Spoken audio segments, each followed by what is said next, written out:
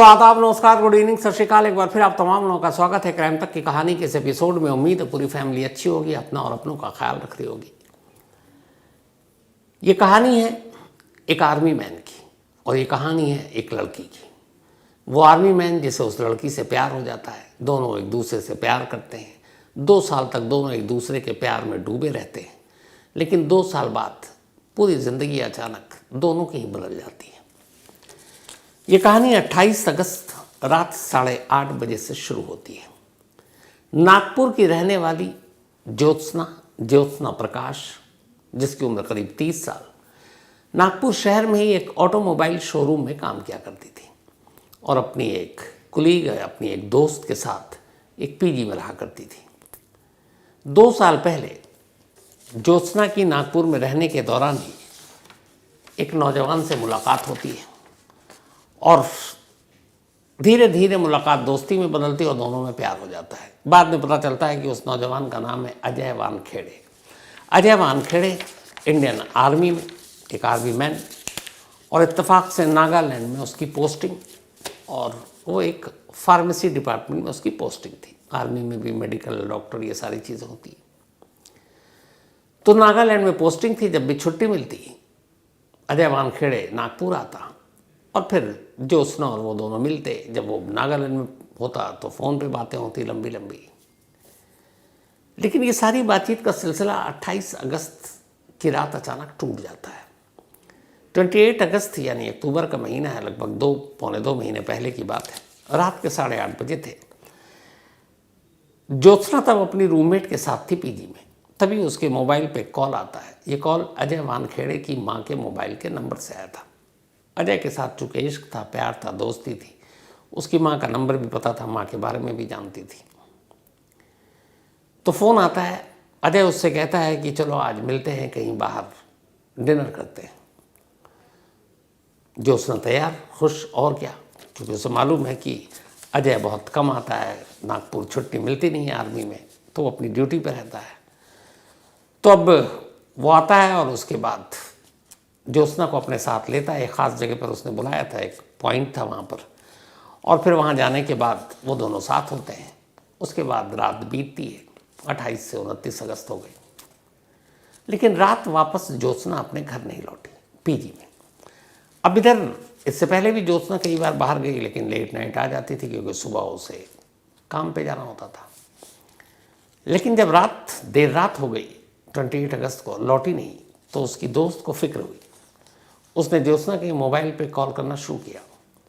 घंटी बज रही है, ज्योत्सना फ़ोन नहीं उठा रही है। उसे लगा कि शायद नहीं आएगी, हालांकि ऐसा हुआ नहीं था इससे पहले। फिर भी उसने इंतज़ार किया और उसके बाद सुबह हो गई। अब सुबह भी ज्योत्सना नहीं लौटी। उसने पता किया उसके शोरूम में कि वो काम पर गई है कि नहीं, तो पता चला कि वहाँ नहीं आए, और कभी वो एब्सेंट होती नहीं थी, बहुत ही जिम्मेदारी से अपना काम करती थी। तो अब दोपहर हो गई, शोरूम से भी पता चला कि वो पहुंची नहीं है। अब उसकी दोस्त को फिक्र हुई। तब उसने पहली बार ज्योत्सना के घर वालों को फ़ोन किया। चूँकि दोनों पीजी में एक साथ थे, एक दूसरे के फैमिली का इमरजेंसी के नंबर रखते थे एक दूसरे के लिए। तो फैमिली को फ़ोन करके वो सारी बात बताती है कि ज्योत्सना कल रात 8:30 बजे गई है, उसका मोबाइल उसके बाद से बच तो रहा है लेकिन उठा नहीं रही है, और आज वो काम पर भी नहीं गई। घर वाले ये सुनते हैं, बदहवास नागपुर पहुँचते हैं। उसके बाद जाकर पुलिस स्टेशन में ज्योत्सना की गुमशुदगी की रिपोर्ट लिखा देते हैं। अब 30 साल की ज्योत्सना, पुलिस भी रिपोर्ट लिखती है, और अपनी पुलिस वही है कि जब तक कुछ बड़ा जब तक नहीं हो जाता तब तक वो कहाँ कुछ करती है। तो पुलिस ने भी खानापूर्ति के तौर पर रिपोर्ट लिख लिया। कहा कि लड़की आपकी बड़ी है, बालिग है, समझदार है, पढ़ी लिखी है, कहीं दोस्त के साथ गई होगी, लौट आएगी। घर वालों को भी ये था कि ज्योत्सना लौट आएगी क्योंकि मोबाइल बज रहा है। अब पुलिस ने रिपोर्ट लिख लिया, लेकिन कार्रवाई कुछ नहीं की। 20 दिन बीत गए। 28 अगस्त की बात थी। अब लगभग करीब 20 सितंबर के आसपास की तारीख आ जाती है, लेकिन ज्योत्सना का कोई सुराग नहीं मिलता है। इधर ज्योत्सना के घर वाले लगातार उसे ढूंढ रहे। उन्हें ये फिक्र है कि अगर वो कहीं गई भी है तो शायद कॉल करे, कभी मैसेज करे, लेकिन न फ़ोन न कॉल, और वो जो घंटी बज रही थी वो भी बंद। तो घर वालों को फिक्र हुई, वो पुलिस के पास पहुंचते हैं 20 दिन के बाद मिसिंग रिपोर्ट दर्ज कराने के, और कहते हैं कि साहब आपने अब तक ढूंढा नहीं, अब पुलिस को भी लगता अच्छा 20 दिन हो गए वो लौटी नहीं, उन्हें भी लगा कि यार कुछ अब तो करना चाहिए। तो घर वाले आप कहते हैं कि हमें शक है कि उसको किडनैप कर लिया गया। पुलिस को भी लगा कि एक लड़की बालिग जवान पढ़ी लिखी, कोई खबर नहीं, तो हो सकता है किडनैपिंग का मामला और कल को कुछ हाई प्रोफाइल केस निकल गया तो पुलिस की तो फजीहत हो जाएगी। तो दबाव के में आकर पुलिस ने फिर किडनैपिंग का केस 20 दिन बाद ज्योत्सना का दर्ज कर लिया। अब पुलिस सीरियसली तफ्तीश शुरू करती है। जब तफ्तीश शुरू करती है तो सबसे पहले ज्योत्सना का मोबाइल का लोकेशन कहाँ है, 20 दिन पहले भी वो पता कर सकती थी, लेकिन तब नहीं किया। अब जब पुलिस ने पता करना शुरू किया तो बड़ी अजीब चीज़ देखी। मोबाइल के पैटर्न के हिसाब से कॉल और लोकेशन, उसे देखा 28 अगस्त को नागपुर में लोकेशन था, 29 अगस्त को फिर वहाँ से कहीं पुणे, फिर 30 अगस्त को कहीं और महाराष्ट्र के अलग अलग शहरों में और अलग अलग डिस्ट्रिक्ट में ज्योत्सना का मोबाइल लगातार एक्टिव था। वो सारे टावर बता रहे थे कि कब कहाँ कहाँ है। तो पुलिस को लगा कि शायद वो घूमने गई, लेकिन ये बात अजीब थी कि फैमिली से वो कांटेक्ट क्यों नहीं कर रही है। अब पुलिस की परेशानी थी कि भाई लोकेशन अलग अलग जगह पर है, अलग अलग मतलब डिस्ट्रिक्ट में, शहर में, और वो खुद कहाँ है पता नहीं। आसपास पता गया कि कहीं कोई लाश मिली, लावारिस लाश, या कोई गुमशुदा लड़की, उसमें भी कहीं कुछ पता नहीं। अब पुलिस के हाथ हर तरफ से खाली, और इधर अब घर वालों का दबाव बढ़ता जा रहा है, क्योंकि जैसे जैसे दिन बीत रहे हैं, अगर किडनैपिंग का केस है तो किडनैपिंग में सबसे ज़्यादा खतरा इसी बात का होता है कि वक्त पे अगर आप न छुड़ा पाए तो फिर सामने वाले की जान को खतरा होता है, क्योंकि किडनैपिंग के केस में ज़्यादा दिन तक एक जिंदा इंसान को बंधक बनाकर रखना सबसे मुश्किल काम होता है। ऐसी उलझा हुआ केस और एक कहानी है कुकू एफएम के ऑडियो लर्निंग प्लेटफॉर्म पर, godman date kills the Shakereh Khaleeli murder case. ये पूरी कहानी, हैरान करने वाली कहानी, कुकू एफएम के ऑडियो लर्निंग प्लेटफॉर्म पर, godman date kills the Shakereh Khaleeli murder case. अगर आपको भी क्राइम स्टोरीज में खो जाना है तो आपके लिए एक ज़बरदस्त मौका है। रिसेंटली कुकू एफएम पर कुछ amazing crime audio books I हैं, और यकीन मानिए ये बहुत ही ग्रिपिंग है। चाहे आपको डिटेक्टिव मिस्ट्रीज, ट्रू क्राइम या थ्रिलर पसंद हो, कुकू एफएम पर सब कुछ मिलता है। अब कुकू एफएम आपके लिए एक special 14 days free trial subscription लेकर आया है, जहां आपको इसके साथ ही प्लस 999 कॉइन्स भी मिलेंगे। लेकिन ध्यान रहे, ये ऑफर सिर्फ पहले 500 लोगों के लिए अवेलेबल है। तो अगर आप इन थ्रिलिंग कहानियों में डूबना चाहते हैं तो देरी मत कीजिए। वीडियो के डिस्क्रिप्शन में दिए गए लिंक पर क्लिक करें, कूपन कोड CMTK10 का यूज़ करें और आज ही अपना फ्री ट्रायल शुरू करें।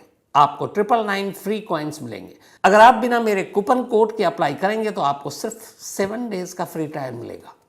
सोचिए, आप 14 दिन जितनी चाहें उतनी क्राइम ऑडियो बुक सुन सकते हैं, वो भी बिल्कुल फ्री। यह आपके कम्यूट, वर्कआउट या फिर एक शांत शाम को और भी एक्साइटिंग बनाने का परफेक्ट तरीका है। लेकिन याद रहे, वक्त तेजी से निकल रहा है, और एक बार जब ये फ्री ट्रायल स्लॉट्स खत्म हो जाएंगे तो फिर ये मौका हाथ से निकल जाएगा। तो इस औसम मौके को मिस न करें। अभी अपना फ्री ट्रायल लें और क्राइम की बेस्ट स्टोरीज सुनना शुरू करें। After 14 days the subscription plan will be activated. तो अब कॉल डिटेल देख लिया पुलिस ने, पूछा किसी और से दुश्मनी ये वो कुछ नहीं। अब इसके बाद पहली बार पुलिस उस लड़की से भी पूछताछ करती है जो उसकी रूममेट थी, पार्टनर। उससे पूछती है कि अच्छा उस दिन बताओ 28 अगस्त लाश देखा गया, कहाँ गई, क्या बताया। उसने कहा ये नहीं बताया था कि किसके साथ गई, बस एक कॉल आया था उसके बाद चली गई। अब पुलिस ने वो सारे कॉल निकाले, उसमें भी कई नंबर थे। फिर पुलिस ने तब तक उस सारे कॉल को कहा कि इसके डिटेल निकालो, इसके लोकेशन निकालो, और उससे पूछा कि अच्छा आप ज्योत्सना के बारे में बताओ। तब उसने बताया कि सर एक लड़का है जिसके साथ ज्योत्सना रिलेशनशिप में है। पूछा गया भाई क्या नाम है, तो पता चला कि उसका नाम अजय वानखेड़े है और वो इंडियन आर्मी में है और नागालैंड में पोस्टेड है। उधर जब मोबाइल की कॉल डिटेल निकाले गए तो पता चला कि 28 अगस्त की रात जो आखिरी कॉल आया था ज्योत्सना के मोबाइल पर, वो अजय वानखेड़े की माँ का नंबर था। तो अब दो चीज़, एक रिश्ता दोस्त ने बनाया, दूसरा मोबाइल दोस्त ने बनाया। अब जब ये दोनों चीज़ें पता चली तो आगे की पूछताछ के लिए पुलिस ने कहा कि भाई अजय वानखेड़े से पूछताछ कर लेते हैं। पता चला कि अजय वानखेड़े तो वापस पहुंच गया नागालैंड और अपनी ड्यूटी ज्वाइन कर चुका है। पुलिस ने नागालैंड में इंडियन आर्मी के उस टुकड़ी से जो भी जहाँ वो काम करता था उनसे कांटेक्ट किया, अजय वानखेड़े के बारे में पूछा, तो पता चला कि अजय वानखेड़े है तो वहीं लेकिन हॉस्पिटल में एडमिट है। पूछा गया क्यों, तो पता चला कि उसको शुगर है और भी कुछ चीज़ें हैं और वो काफ़ी दिनों से एडमिट है। पुलिस को लगा ये क्या मतलब अजीब इत्तेफाक है कि इधर वो गायब है उधर वो एडमिट है, इन दोनों का कनेक्शन क्या है। फिर भी पुलिस ने कहा कि भाई उससे पूछताछ करनी है, उन्होंने आर्मी से परमिशन मांगी, हमें पूछताछ करनी है। आर्मी ने कहा हम आपको सपोर्ट करेंगे भैया जो करना है। तो उन्होंने कहा ठीक है, जैसे ही वो डिस्चार्ज हो हॉस्पिटल से आप हमें इतला कर दीजिएगा, हमारी टीम पहुंच जाएगी। आर्मी ने कहा ठीक है, नागपुर पुलिस के कंसल्ट जो भी थे उनका नंबर रख लिया। अब इसके बाद नागपुर पुलिस हाथ पे हाथ धरे हुए कि उधर से कॉल आए, इन्फॉर्मेशन आए तो वो जाए। तभी एक दिन कॉल आया, लेकिन ये कॉल और भी ज़्यादा हैरान करने वाला था। नागालैंड की उस जिस हॉस्पिटल में एडमिट था आर्मी के ही, वहाँ से फ़ोन आया कि भाई वो उसकी तबीयत तो ठीक नहीं थी, एडमिट ही था, लेकिन अचानक वो हॉस्पिटल से गायब हो गया है और वो हॉस्पिटल में है नहीं। अब नागपुर पुलिस को ये बात बड़ी अजीब लगी कि हॉस्पिटल में था, भाग गया, उसे ये भी पता है कि पुलिस को पूछताछ करनी है, फिर भी पुलिस को लगा कि भागा नहीं होगा, आएगा। लेकिन पुलिस की गलतफहमी फ़ौरन दूर हो गई। 2 दिन बाद पता चला कि अजय वानखेड़े ने एक लोकल कोर्ट में अग्रिम ज़मानत की याचिका दाखिल कर दी है। मतलब कि हमें डर है कि हमें पुलिस गिरफ्तार कर सकती है हमें। तो पहले उसने सेशन कोर्ट में दिया, वहाँ से खारिज हो गई। फिर पुलिस को पता चला कि उसने हाई कोर्ट में दे दिया, वहाँ से भी खारिज हो गई। अब पुलिस को लगा कि ये क्यों डर रहा है और क्यों ये एंटीसिपेटरी बेल के लिए अप्लाई कर रहा है, कुछ तो गड़बड़ है। अब पुलिस उसे ढूंढ रही है, लेकिन दोनों तरफ से इधर बेल खारिज और उसमें टाइम लगा। 28 अगस्त का ये वाक़या है। 20 दिन के बाद किडनैपिंग की रिपोर्ट लिखी जाती है। 20 दिन के बाद पुलिस तफ्तीश शुरू करती है। पूरा सितंबर बीत गया, अब अक्टूबर का महीना आ गया। अब इस अक्टूबर के महीने में उधर से वानखेड़े भी आर्मी बेस से अपने गायब है और उसके बाद वो लोअर कोर्ट फिर हाई कोर्ट भी पहुंच चुका है, वो भी कैंसिल। अब पुलिस उसे ढूंढ रही कि भाई कहाँ है ज्योत्सना, उसका पता तो चले और वही बता सकता है। पुलिस उसे तलाशी कर रही थी कि तभी अचानक अभी 20 अक्टूबर को एक रोज़ अचानक अजय वानखेड़े खुद नागपुर पुलिस के सामने आता है और सरेंडर कर देता है। कहता साहब आप लोग मुझे ढूंढ रहे थे, मुझे लगा आप मुझे गिरफ्तार करेंगे, पता नहीं क्या क्या इल्ज़ाम लगाएंगे, तो इसलिए मैं एंटीसिपेटरी बेल के लिए गया था। मुझे कई लोगों ने कहा था कि आप जिस तरीके से मुझे ढूंढ रहे हैं तो अरेस्ट करके कोई भी केस लगा सकते हो, तो मैंने अपने डिफेंस के लिए किया था। पुलिस को ये बात गले उतरी नहीं। फिर पुलिस ने पूछा कि अच्छा ये बताओ ज्योत्सना के साथ तुम्हारे रिश्ते क्या हैं। तो उसने ज्योत्सना के साथ अपने रिश्ते बताए। उसने कहा कि हम दोनों की दोस्ती 2 साल पहले हुई थी और इस दौरान में पुलिस अजय वानखेड़े की पूरी कुंडली निकाल चुकी थी। पता चला कि वो ऑलरेडी 3 शादी कर चुका था, तीनों बीवियों को छोड़ चुका था। इधर ज्योत्सना, उसकी भी एक शादी हुई थी लेकिन डिवोर्स हो गया था। अब ये दोनों साथ में 2 साल से थे, मिलते थे, जुलते थे और उसके बाद धीरे धीरे अब ज्योत्सना भी उससे शादी करना चाहती थी। उसने यही सारी बातें बताई। तो पूरी पुलिस ने पूछा कि भाई इस वक्त ज्योत्सना कहाँ है, तो उसने कहा मुझे नहीं मालूम। उसने कहा अपने 28 अगस्त को तुम्हारी माँ के नंबर से फ़ोन आया था। उसने कहा मैंने किया था, हमने मिलने के लिए बुलाया। तो बोला फिर कहाँ गए? उसने कहा मिलने के लिए एक होटल में गए थे नागपुर में, होटल में रुके और फिर लेट नाइट होटल को चेकआउट कर दिया और वापस ज्योत्सना को मैंने कहा तुम घर जाओ, मैं अपने घर जाता हूँ और उसके बाद मैं कुछ नहीं जानता हूँ। अब पुलिस हैरान कि आदमी 2-2 एंटीसिपेटरी बेल पहले कोर्ट में अप्लाई करता है, खारिज होता है, खुद ही पुलिस के पास आ जाता है, रिश्ते कबूल कर रहा है, लेकिन ज्योत्सना कहाँ ये नहीं बता रहा है। और उसने कहा साहब मुझे सच में पता नहीं। अब इधर ये भी है कि एक आर्मी मैन है भैया, अपने सेना का बंदा है, तो आम आदमी तो है नहीं कि उठा के आप अंदर कर दोगे, फिर 3rd डिग्री इस्तेमाल करोगे, फिर सारी चीज़ें। तो पुलिस को ये था कि केस मजबूत होना चाहिए, सबूत पूरे होने चाहिए, तभी उस पर हाथ डालेंगे। अब उसकी सारी पूछताछ हुई लेकिन वो इससे आगे कुछ बताने को तैयार नहीं। अब पुलिस ने अपनी इन्वेस्टिगेशन की। उसने अजय वानखेड़े के मोबाइल के 28 अगस्त से लेकर उसके बाद के लोकेशन निकालने शुरू किए। जब 28 अगस्त की रात की लोकेशन निकाले तो उसने ये सच कहा कि उसने नागपुर के एक होटल में रुका था, उसके आसपास के टावर से लोकेशन मिल गया। लेकिन इसके बाद वो ज्योत्सना को उसके घर छोड़ दिया और वो चले गए वो अपने घर। यहाँ से उसके झूठ का सिलसिला शुरू होता है। पता चला नहीं, होटल से निकलने के बाद ज्योत्सना और इन दोनों के मोबाइल का लोकेशन एक ही जगह था पूरी रात। और वो जगह कहाँ थी?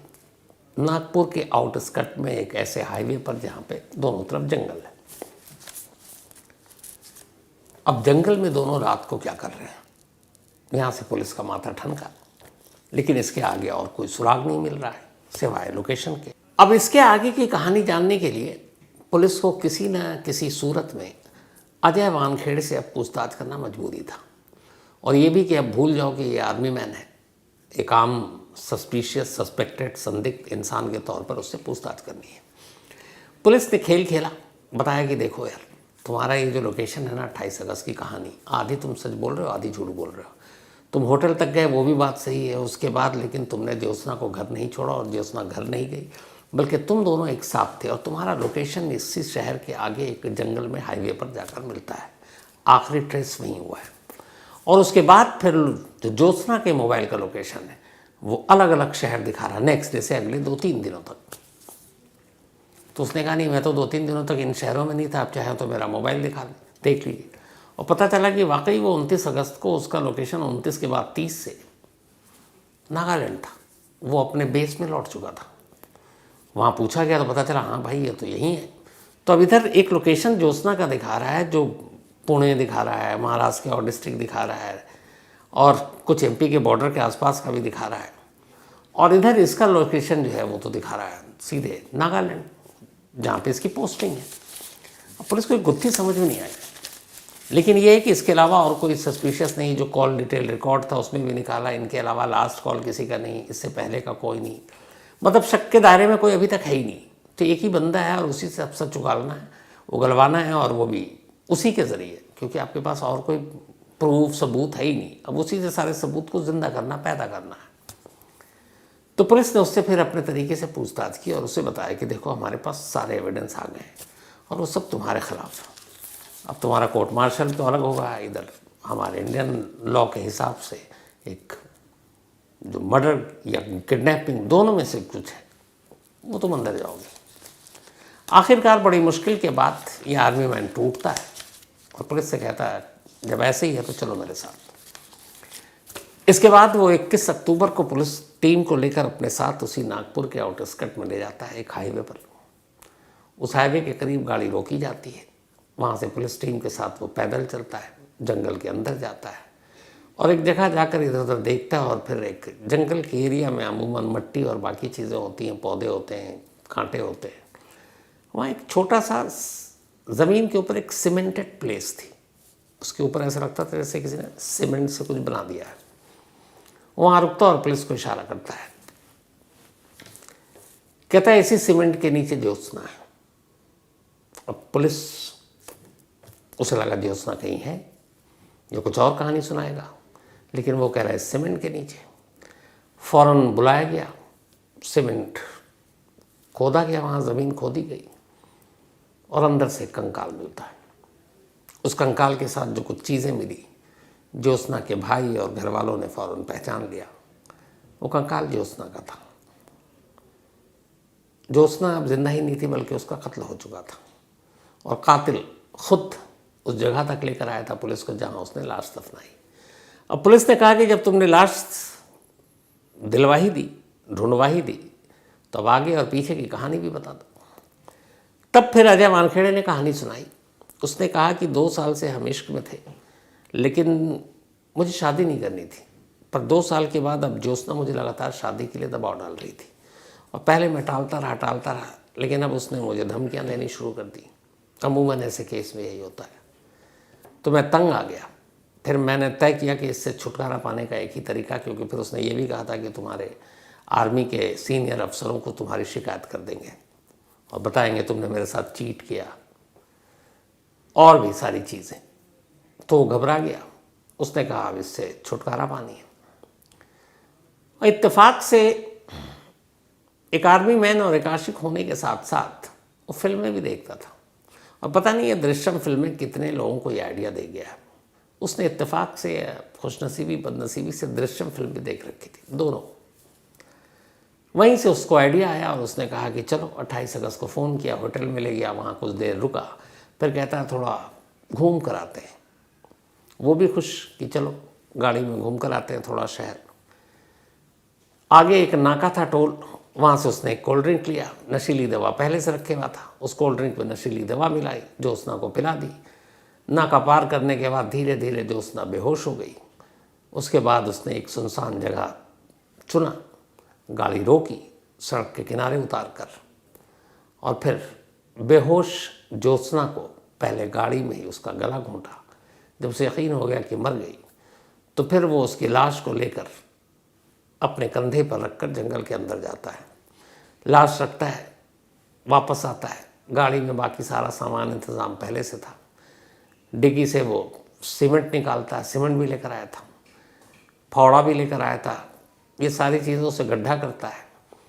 जब इतना गड्ढा हो जाता है कि उसके अंदर लाश रखी जा सकती है तो उस लाश को रखकर मट्टी डालता है, फिर उसके ऊपर सीमेंट डालता है, फिर आसपास की झाड़ियाँ की छोटे छोटे जो झाड़ियाँ होती हैं उन सबको सीमेंट पर रख देता है, ऐसा लगे कि जैसे जंगल का हिस्सा है।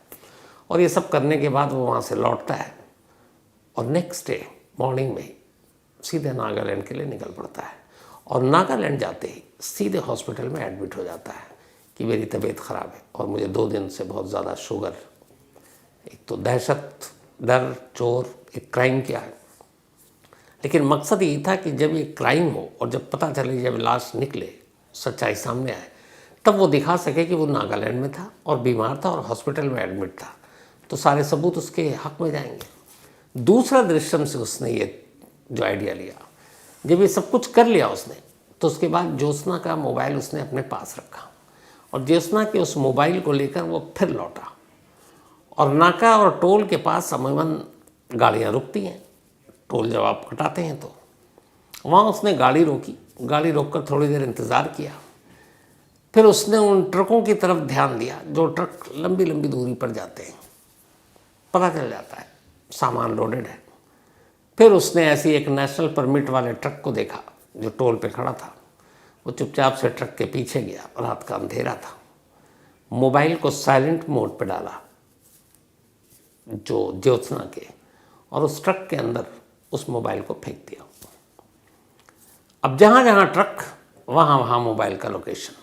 यही करना था कंफ्यूज पुलिस को कि ज्योत्सना अभी यहाँ है, अभी वहाँ है, अभी वहाँ है, अभी यहाँ है, जबकि कातिल कहीं नहीं है। वहाँ के बाद सीधे नागालैंड में है और अस्पताल के बिस्तर पर है, तो कोई भी सबूत उसके खिलाफ जा ही नहीं सकता। तो वो ज्योत्सना का मोबाइल जो घूम रहा था उस चलते ट्रक में, उसी ने पुलिस को उलझा दिया कि इसका लोकेशन तो अभी यहाँ, अभी यहाँ, अभी यहाँ। और जब लोकेशन है तो इसका मतलब है वो जिंदा है, घूम रही है, ठीक है। और इसी लापरवाही ने इस केस को, कहाँ 28 अगस्त का मामला था और 20 अक्टूबर को ये केस वर्कआउट हुआ है। लगभग 2 महीने बीत गए। आर्मी मैन को पकड़ लिया गया है और अब आर्मी मैन इस वक्त पुलिस कस्टडी में है, पुलिस पूछताछ कर रही है। उस मोबाइल को भी बरामद करने की कोशिश कर रही है जो इस केस में एक बहुत बड़ा सबूत हो सकता है।